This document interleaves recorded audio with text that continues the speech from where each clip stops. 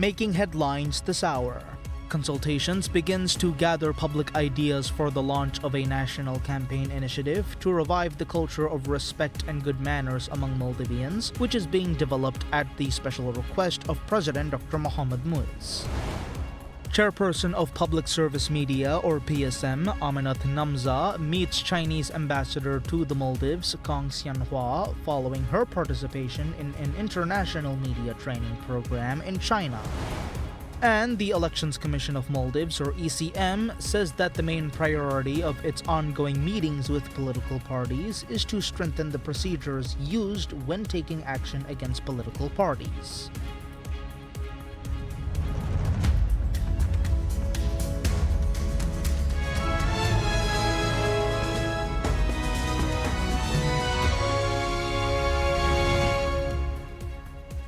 Bismillahirrahmanirrahim. Assalamu alaikum and welcome to PSM News in English with me, Abdullah Ahil. And now the news in detail. Maldives and India signs Memoranda of Understanding or MOUs to provide equipment support for fitness and recreation centers in 42 islands under India's High Impact Community Development Projects or HICDP Grant Assistance Scheme.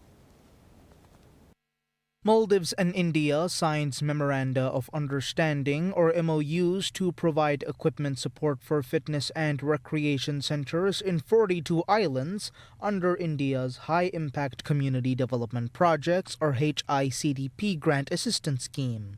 The MOUs were signed at a ceremony held at the Ministry of Foreign Affairs. Foreign Minister Ritisham Adam signed on behalf of the Maldivian government, while India's High Commissioner to Maldives, G. Balasubramaniam, signed on behalf of the Indian government. Minister of Youth Empowerment, Sports and Fitness, Abdullah Rafiu, signed on behalf of the implementing agency. Speaking at the ceremony, Foreign Minister Ritisham Adam stated that the provision of equipment for fitness and recreation centers in 42 islands represents a meaningful investment in the health and well-being of island communities. She also highlighted that the initiative would promote healthier and more active lifestyles while expanding access to quality fitness facilities, particularly for women and girls, thereby contributing to women's empowerment, equality, and social inclusion. The minister further noted that the initiative reflects President Dr. Mohamed Muiz's Maldives' first foreign policy, which places the country's national interests and development priorities at the center of its international partnerships. Minister Rafiu noted that the fitness and recreation centers will serve as vibrant community spaces that promote healthy lifestyles, social interaction, and community well-being. He emphasized that the initiative would provide greater opportunities for people of all ages, particularly women and youth, to participate in sports and recreational activities while contributing to the long-term health and resilience of island communities.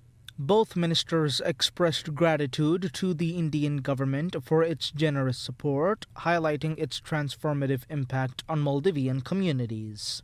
Minister Irtisham expressed heartfelt appreciation to the government and people of India, thanking Prime Minister Narendra Modi for his personal commitment to advancing bilateral cooperation. The minister also extended her sincere gratitude to Dr. S. Jaishankar, Minister of External Affairs of India, for his support to strengthen bilateral ties and acknowledged High Commissioner Balasubramaniam and his team for their dedication to deepening Maldives-India partnership. High Commissioner Balasubramaniam said the agreements between India and the Maldives is based on the long-standing relationship between the two countries. He noted that such projects in the field of sports will provide convenient facilities and access to those residing in the atolls. Consultations begins to gather public ideas for the launch of a national campaign initiative to revive the culture of respect and good manners among Maldivians, which is being developed at the special request of President Dr. Mohamed Muiz.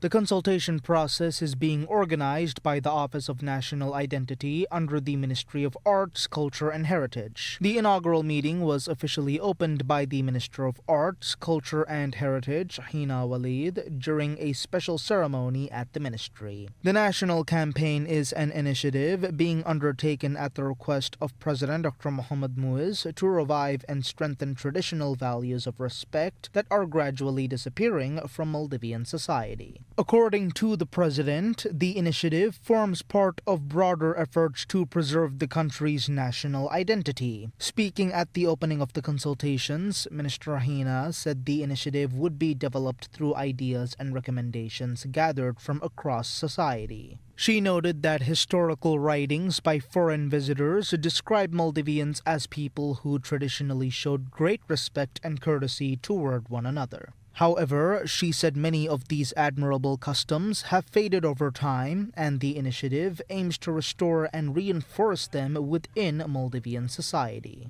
The minister expressed hope that the consultation meetings would generate valuable ideas and recommendations to help shape the initiative. The consultation process will seek the views of clubs, non-governmental organizations, community groups, and political parties from across the Maldives. President Dr. Mohamed Muiz has previously stated that by the time his administration came to office, the country's national identity had been significantly eroded. He said his government had since launched a number of initiatives to strengthen national identity and promote the Divehi language. He also noted that efforts were underway to research the Maldives' history and revive aspects of the country's cultural heritage. The president further emphasized the importance of cooperation from civil servants and public institutions in advancing these efforts, adding that they had continued to provide valuable support.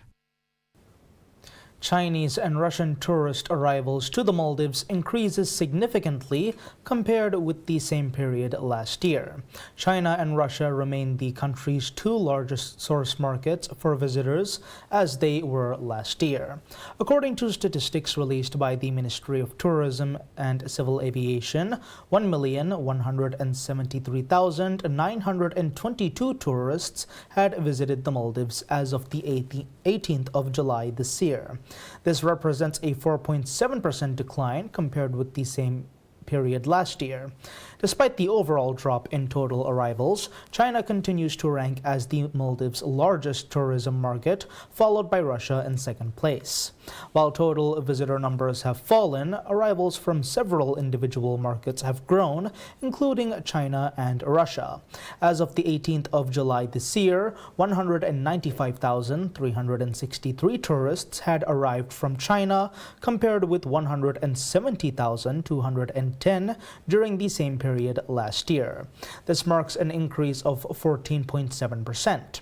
Russia, the second largest source market, also recorded growth. By the same date this year, 167,314 Russian tourists had visited the Maldives, up from 142,899 during the corresponding period last year, representing a 17% increase so far this year. 834,818 tourists have stayed at resorts, while 262,171 have chosen guest houses.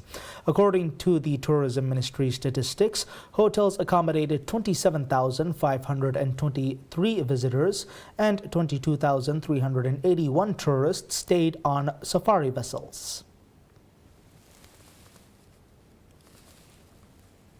Chairperson of Public Service Media, or PSM, Aminat Namza, meets Chinese ambassador to the Maldives, Kang Xianhua, following her participation in an international media training program in China, where she discussed applying the experience to strengthen public service broadcasting in the Maldives and expanding future cooperation between Maldivian and Chinese media organizations.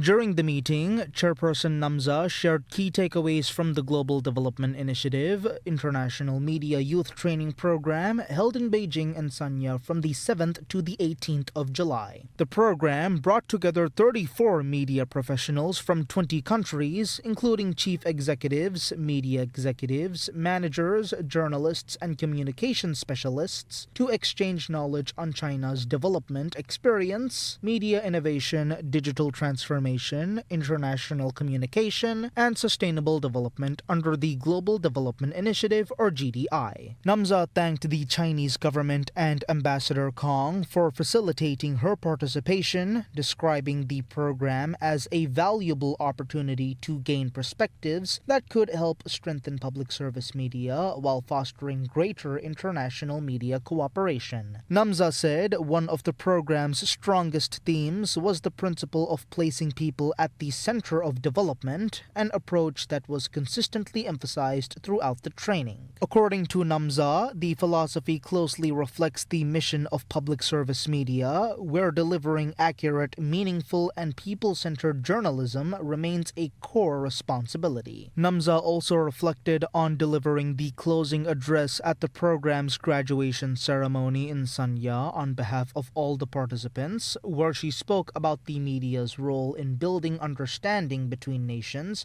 and promoting peace through responsible journalism. She said the media has the power not only to inform but also to connect people, encourage mutual respect, and contribute to a more peaceful and inclusive world. She also briefed the ambassador on plans to work with the PSM team to translate the knowledge and best practices gained during the program into practical initiatives. These include exploring cooperation with Chinese media institutions in professional capacity building, knowledge exchange, innovation in public service broadcasting, and strengthening people-to-people ties through the media. Ambassador Kong congratulated Namza on completing the program and welcomed continued cooperation between Chinese and Maldivian media organizations. He said dialogue and media exchanges play an important role in strengthening mutual understanding and friendship. The Global Development Initiative International Media Youth Training Program was organized by the Global Development Promotion Center of the China International Development Cooperation Agency or CIDCA. The program featured lectures, field visits, and professional exchanges covering China's economic development, digital transformation, poverty alleviation, green development, international communication, media innovation, and the Hainan Free Trade Port. Namza said the program broadened her understanding of China's development journey while providing opportunities to build lasting professional networks with media leaders from around the world. She added that the experience would support the continued development of public service media in the Maldives while creating opportunities for deeper cooperation between Maldivian and Chinese media institutions. The Elections Commission of Maldives, or ECM, says that the main priority of its ongoing meetings with political parties is to strengthen the procedures used when taking action against political parties. Speaking to PSM News about the Commission's consultations with political parties, Elections Commission member Hassan Zakaria said the Commission recognizes the importance of having a fair and consistent procedure that political parties can accept when action is taken against them. He said the Commission's intention is to strengthen these procedures through consultation with the parties. Hassan said the ECM had previously held a series of meetings with political parties, but the current round of consultations had resumed after a break of about a year. Over the past 2 weeks, the Commission had been holding consultation meetings with political parties. He added that if the planned schedule proceeds as intended, the Commission expects to meet each political party individually by early August. After that, it hopes to begin joint consultations involving all political parties. So far, the Commission has met with 2 parties, the Maldivian Democratic Party or MDP and the Maldivian Maldives National Party or MNP. Hassan said the discussions have focused on the challenges faced by political parties and on revising procedures to make regulatory processes easier for them. The parties have also been consulted on proposed procedural reforms. The Elections Commission noted that it has previously worked successfully with political parties to introduce amendments to the Political Parties Act. He added that special attention continues to be given, ensuring that reforms and procedures are developed in consultation with the parties and take their views into account. Maldives Ports Limited, or MPL, clears over 1,800 cargo containers last week, many of which contained essential food items. According to MPL, a total of 1,804 containers were cleared from container and general cargo vessels between the 12th and the 19th of July, including 1,453 containers and 351 general cargo consignments. Cargo cleared during this period totaled 43,933.57 freight tons, with 41,753.59 tons from container vessels and 2,179.98 tons from general cargo vessels. 6 vessels arrived at the Malé Commercial Harbor over the last week, including 3 container vessels and 3 general cargo vessels. Meanwhile, 8 vessels departed from the harbor, 4 container ships and 4 general cargo ships. Port operations totaled 3,758 container movements, including loading and unloading. While a total of 2,028 containers were unloaded, 1,730 containers were loaded to vessels. Perishable goods cleared included 15,530 cases of eggs, 15,821 bags of onions, 4,673 bags of garlic, 3,614 cases of tomatoes, and 2,112 cases of bananas. MPL said it is working to speed up cargo clearance, noting that the time taken to clear goods has been significantly reduced compared with the previous year.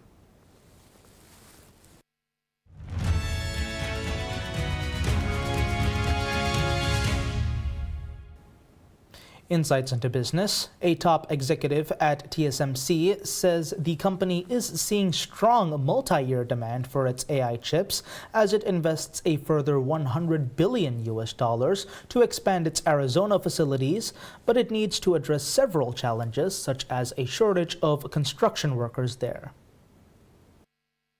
Chief Financial Officer Wendell Huang said the company is very happy with progress in Arizona, which is why it decided to ramp up investment to $265 billion during an interview. He added that the company was very grateful for U.S. government support. Huang said there is strong multi-year structural demand from its customers.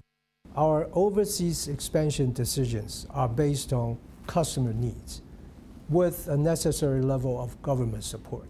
So we continue to see customers' strong demand, multi-year structured demand. As the world's main producer of advanced AI chips and a major NVIDIA supplier, TSMC has embarked on aggressive capital spending, and its soaring profit margins have made it a barometer of demand in the global semiconductor industry. The pledge to expand in Arizona is a win for U.S. President Donald Trump, who has pushed for more chip making at home. Trump has repeatedly accused Taiwan of stealing American semiconductor business. He has said that by the time he leaves office, the U.S. will have 50% of the world's semiconductor manufacturing capacity. Huang said TSMC's first Arizona fabrication plant, or fab, is operational and achieving yields as good as the flagship fab. He said the second fab will shortly begin moving in equipment, while construction of a third fab is underway and preparatory work has started on a fourth fab and the site's first advanced packaging facility. In total, current and planned projects will bring TSMC's Arizona footprint to 12 fabrications and advanced packaging facilities plus an R&D center. He did not provide a timeline for the latest investment. At the same time, TSMC TSMC continues to invest at home, where it is building 13 leading-edge and advanced packaging fabs over the next several years. Huang added that the most leading-edge technology will stay in Taiwan because of the need for close coordination between research and manufacturing teams when ramping up the company's most advanced technologies. And overseas expansion would be considered once production has stabilized. Asked if the company would consider raising money by selling new shares in the U.S., Huang said it would not rule out issuing new bonds if market conditions are favorable. Despite TSMC's aggressive expansion plans, investors worry about the sustainability of the AI boom amid massive infrastructure spending that has recently re-emerged. TSMC's Taipei-listed shares fell 7.3% despite the company's record results. Even so, its shares remain up nearly 50% this year. While TSMC has long been by far the market leader in making the world's most advanced chips, competitors are seeking to narrow the gap, including Samsung Electronics, which has benefited from a recovery in the memory chip market, and Intel, which enjoys backing by the U.S. government. Huang said the company remains confident in its business model.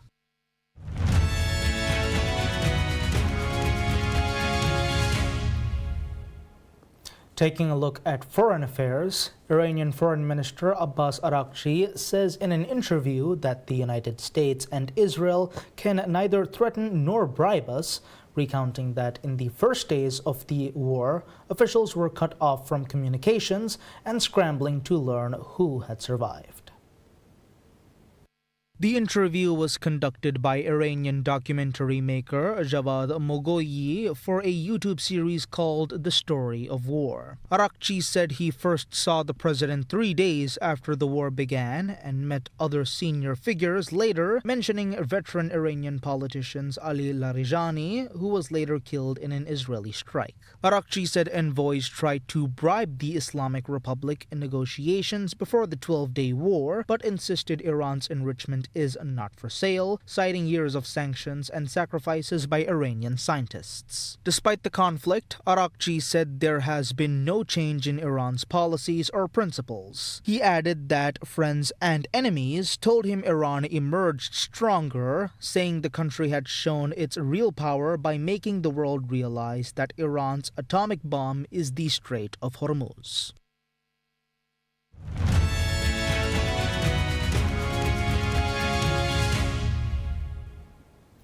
Moving on to sports, Lionel Messi and his Argentina teammates leave the New York-New Jersey Stadium following a 1-0 loss to Spain in the 2026 FIFA World Cup final. Earlier, substitute Ferran Torres netted the winner at the start of the second period of extra time as Spain won the World Cup for the second time. The European champions dominated the contest against their South American equivalents, but got no reward for their efforts until 37 seconds after the final break of the match, when winger Nico Williams headed Pedro Porro's cross back into the path of his fellow substitute Torres, who smashed the ball into the roof of the net. Argentina reduced to 10 men when Enzo Fernandez was shown a second yellow card in stoppage time at the end of the initial 90 minutes, had been looking to become the first team since Brazil in 1962 to win back-to-back titles.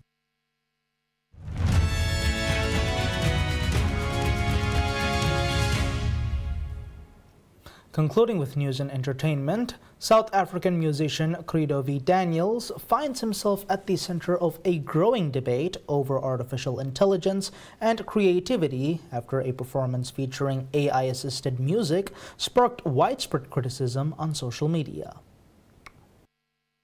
Videos from Daniel's recent Johannesburg show trended on TikTok and X, where users questioned both his live vocal performance and the role of artificial intelligence in music production. The backlash has highlighted a broader conversation playing out across the music industry as artists increasingly experiment with AI-powered tools for songwriting, production, and vocal enhancement. Ahead of taking the stage, Daniels warmed up backstage before performing tracks created created using AI-assisted workflows alongside a live band. While some online critics argued that AI could undermine artistic authenticity, others viewed it as another technological tool in the evolution of music making. Daniels rejects the idea that AI-generated music is simply produced through text prompts. I feel like people just throw around the word AI, but like don't really know what goes into making music via AI.